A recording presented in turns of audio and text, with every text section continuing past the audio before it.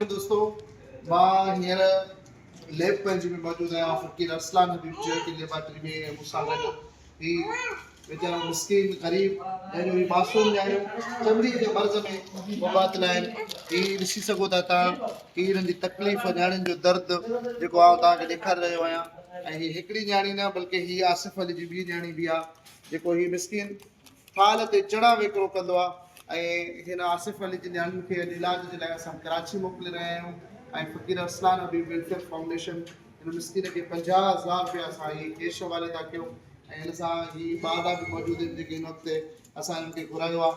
ही पंहिंजा बिस्तरा वग़ैरह बि ॿधी खणी आया आहिनि ऐं ही हिननि खे असां कराची रवानो पिया कयूं।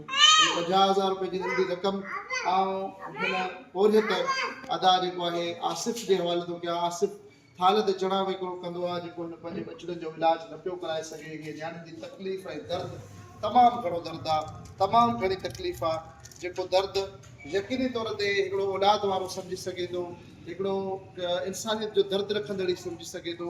आसिफ़ भाउ हीअ रक़म तमामु थोरी आहे पर हाणे ही नज़रानो क़बूल पए। अलाह साईं तुंहिंजे नंढनि न्याणियुनि खे सिहत कामिला आजिला ऐं मुस्तमरा अता फरमाए।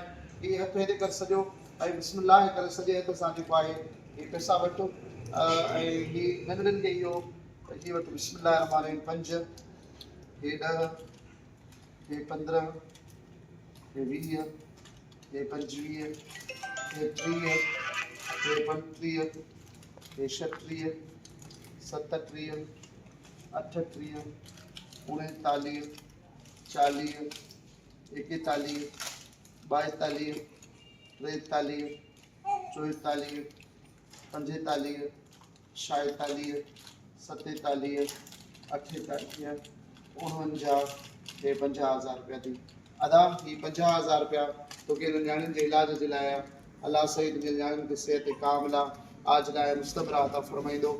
आसिफ़ भाई पहिरीं ॻाल्हि त इहो ॿुधाए त तोखे ही जेकॾहिं फ़कीर अरसलान हबीब वेलफेयर फाउंडेशन जे तरफ़ां तोखे 50,000 रुपया मिलियो आहे तोखे कुझु ख़ुशी का दुआई का कुझु महसूसु थी?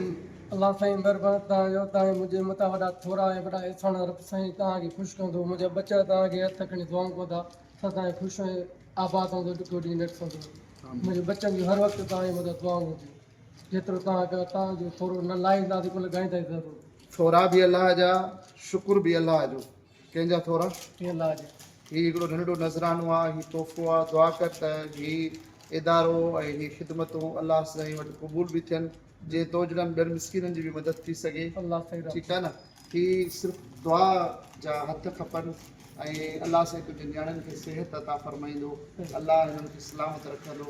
अलाह हिननि जा आहिनि ऐं तकलीफ़ूं दूरि कंदो। ही कोई थोरो कोन्हे को। हे ख़िदमतूं बिना फ़र्क़ जे आहिनि ऐं अलाह जी रज़ा जे लाइ कंहिंजे लाइ आहिनि? अलाह जी रज़ा। ही जेका मदद थी आहे कंहिं कई आहे? अलाह रब्बुल आलमीन कई आहे।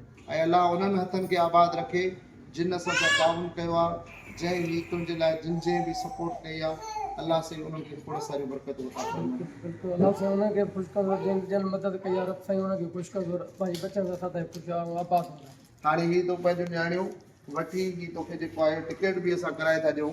ठीकु आहे त तोखे जेको आहे न कराची हिननि न्याणियुनि खे खणी वञ ऐं उते कराची में तो बिस्मिल्लाह करे इलाज जी शुरूआति कराए। अलाह रब्बुल आलमीन कंदो तुंहिंजे न्याणियुनि खे शफ़ा थी वेंदी। रब साईं खे बि मदद फरमाईंदो ऐं अलाह कंदो त जेको आहे तुंहिंजे बचड़ा जेके आहिनि उहे सिहत याब थी वेंदा। ही नंढड़ो असांखां नज़रानो जेको 50,000 रुपए जो थी सघे तुंहिंजे हवाले कयो आहे। हिकु मिस्किन माण्हू, हिकु ग़रीब माण्हू जेको थाल ते चणा विकिरो करे ऐं उनजी 500 खां 600 आमदन हुजे ऐं हुनजा बचड़ा हिकु मोज़ी मर्ज़ शदीद मर्ज़ जेको तव्हांखे आउं ॾेखारियां थो बार बार तव्हां ॾिसो था जेके न्याणियुनि जो दर्द ॾिसी नथो सघिजे, जेको बयानु नथो करे सघिजे। यकीनी तौर ते ही गुरबत जो मारियल ही मिस्किन जेको पंहिंजे घर जो चरखो ई मुश्किल सां चलाए सघंदो हूंदो, ही उनजे लाइ हिकिड़ो असां नंढड़ो नज़रानो पेश कयो आहे।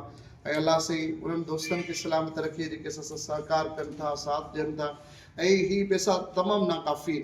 ऐं दोस्तनि खे गुज़ारिश कंदुमि जेकर अव्हां हिन जे इलाज जे लाइ न्याणियुनि जे लाइ मदद कंदो त यकीनी तौर ते असां तव्हांजी अमानत आसिफ़ ताईं पहुचाईंदासीं ऐं तव्हांखे इनशा अल्लाह ताला मुंहिंजूं इहे अखियूं ॾिसंदियूं त आसिफ़ जूं इहे न्याणियूं ख़ुशि थी वेंदियूं ऐं आसिफ़ जेको आहे पंहिंजे हिन बचड़नि सां हिननि खे सिहत याब पंहिंजे घर वठी वेंदो।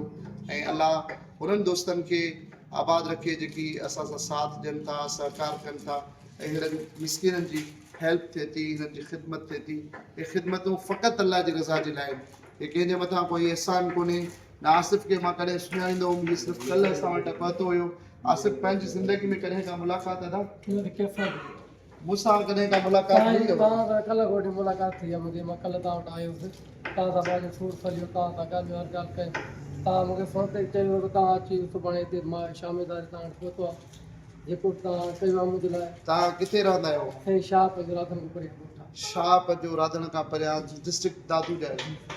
अदो डिस्ट्रिक्ट दादू जो आहे ऐं हिन वक़्तु लाड़काणे में फ़क़ीर अरसलान हबीब चैरिटी लेबॉरेटरी ते मौजूदु आहे। ऐं कल्ह ही असां वटि, कल्ह तव्हां कीअं आया हो? कल्ह साईं नंढनि बच्चनि जे करे मां तव्हां आयुसि।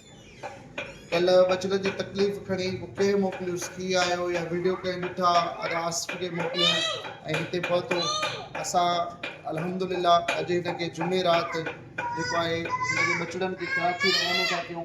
रब्बुल आलमीन हिन मासूम नियाणियुनि खे सिहत ॾींदो ऐं अल्लाह साईं हिननि खे शफ़ा ॾींदो। अल्लाह हिननि जूं तकलीफ़ूं दूरि कंदो। अल्लाह रब्बुल आलमीन खां दुआ आहे, मालिक काइनात तमामु जहान में जेके बीमार आहिनि उनखे सेहत कामिला आजिला ऐं मुस्तबरा अता फरमाए। ऐं फ़क़ीर अरसलान हबीब अव्हांजे दुआउनि जो तलबगार आहियां, अव्हांजे साथ जो तलबगार आहियां, अव्हांजे सहकार जो तलबगार आहियां ऐं उम्मीद थो कयां त अव्हांजो साथ ऐं सहकार रहंदो। सिंध सलामत, साथ सलामत। अस्सलामु अलैकुम वरहमतुल्लाहि वबरकातुहू।